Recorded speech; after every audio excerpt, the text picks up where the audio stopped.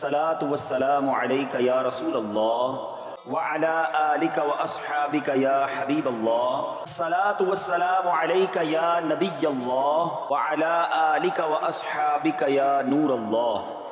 درود پاک پڑھنے والے کے بارے نیارے ہو جاتے ہیں، اللہ کی رحمتیں نازل ہوں، رب کی طرف سے سلامتی نازل ہو، تو اور کیا چاہیے؟ اس پرفتن اس خطرناک دور میں جب بلائیں ہیں، وبائیں ہیں، ٹینشنیں ہیں، پرابلمز ہیں، خوف ہے، اور ہر بندہ چاہتا ہے کہ وہ سیکیور رہے، صبح گھر سے جائے شام گھر خیر سے آئے، کاروبار پہ خیر رہے، گھر میں خیر رہے، فیملی میں برکت رہے، وہ کون سا طریقہ ہے جس سے مجھے یہ سیکیورٹی مل جائے؟ مجھے بتاؤ کہ جس کے سر پر رحمتوں کا سایہ رہے اسے پھر کیا پرابلم ہے؟ اور اللہ کی رحمت کس کے ساتھ ہے کہ جو ایک بار درود پاک پڑھے اس پر 10 رحمتیں نازل کی جاتی ہیں۔ صلو علی الحبیب صلی اللہ تعالی علی محمد صلی اللہ علیہ وسلم۔ حدیث قدسی ہے کہ جب میں اپنے کسی بندے کے بدن یا اس کے مال یا اس کی اولاد کی طرف کوئی سختی بھیجوں، پھر وہ صبر جمیل کے ساتھ اس کا استقبال کرے، تو قیامت کے دن مجھے اس سے حیا آئے گی کہ میں اس کے لیے میزان قائم کروں یا اس کا نامہ اعمال کھولوں۔ اللہ فرما رہا ہے مجھے حیا آئے گی کہ اپنے بندے سے اب کیا حساب لوں۔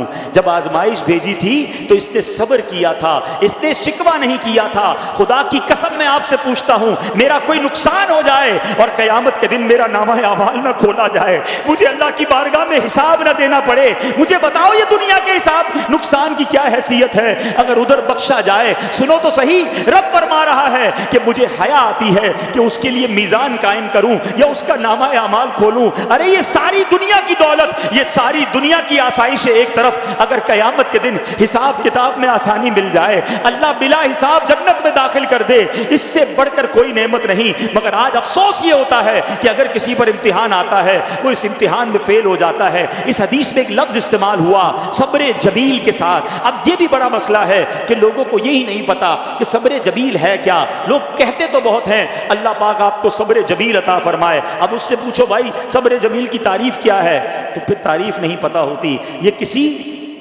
جمیل بھائی کا صبر نہیں ہے کہ جس کو صبر جمیل کہا جاتا ہے۔ صبر جمیل کی تعریف سمجھو۔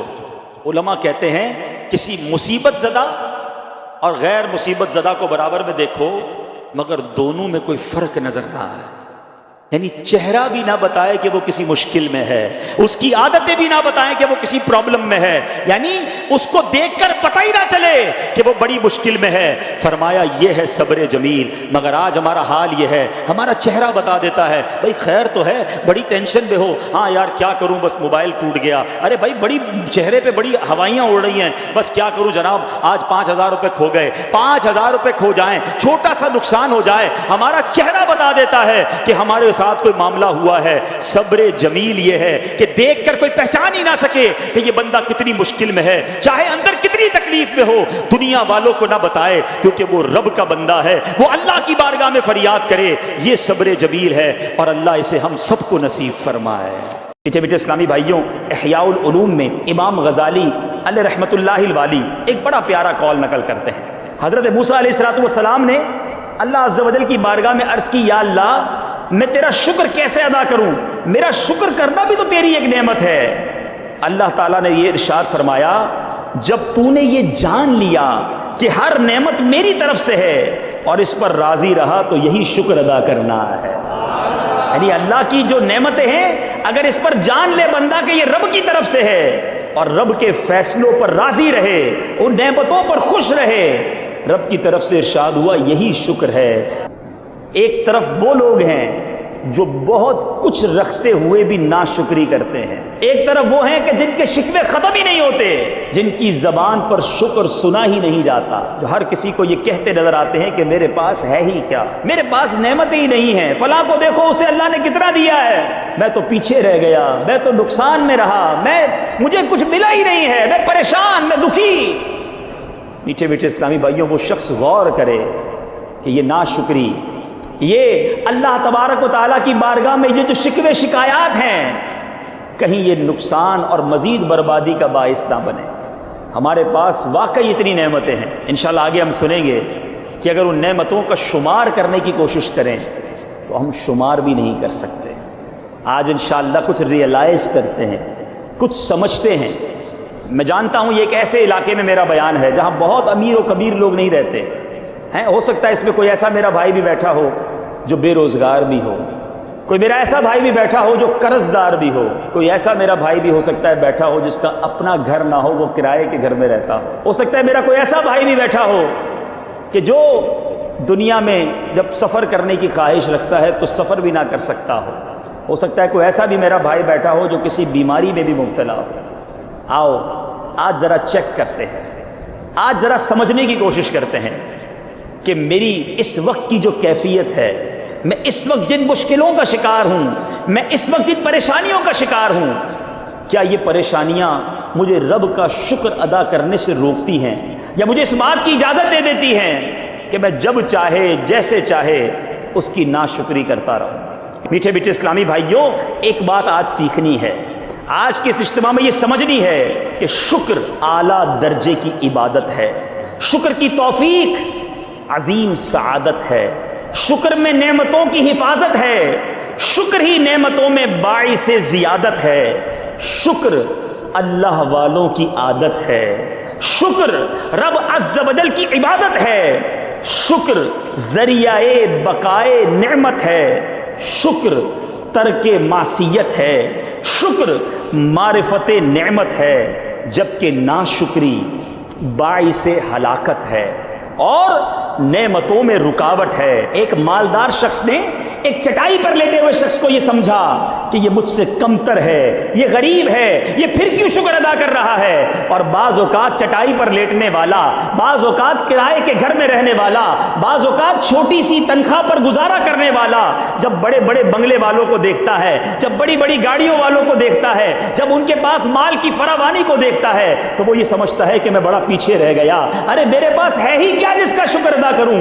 آج میں حدیث پاک کے ذریعے آپ کو یہ سمجھانا چاہتا ہوں کہ میں نے اور آپ نے پہلے یہ سمجھنا ہے کہ کامیاب کون ہے, ترقی والا کون ہے, اور ہم نے اللہ کی بارگاہ میں جب شکر ادا کرنے کے لیے ذہن بنانا ہے تو کس کو دیکھنا ہے. سرکار دو عالم صلی اللہ تعالی علیہ وسلم فرماتے ہیں دو خصلتیں ایسی ہیں جس میں بھی ہوں گی اللہ عز و جل اسے صابر و شاکر لکھ دے گا.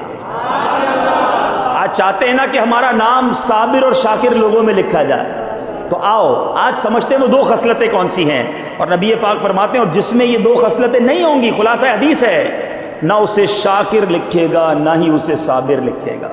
اب وہ دو خصلتیں کون سی ہیں سنیں. نمبر ایک, جو اپنے دین میں اپنے سے اوپر والے کو دیکھ کر اس کی پیروی کرے اور دنیاوی معاملے میں اپنے سے نیچے والے کو دیکھے, اور اللہ عز و جل نے اس شخص پر جو فضیلت دی ہے اس پر اللہ عز و جل کا شکر ادا کرے تو اللہ عز و جل اسے صابر و شاکر لکھ دیتا ہے.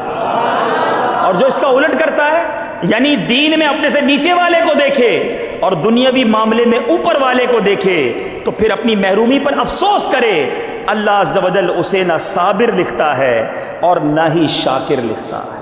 ہم یہاں جو غلطی کر رہے ہیں کہ ہم دین میں, ہمیں شریعت کیا کہتی ہے, اپنے سے اوپر والے کو دیکھو, نعمتوں میں اپنے سے نیچے والے کو دیکھو.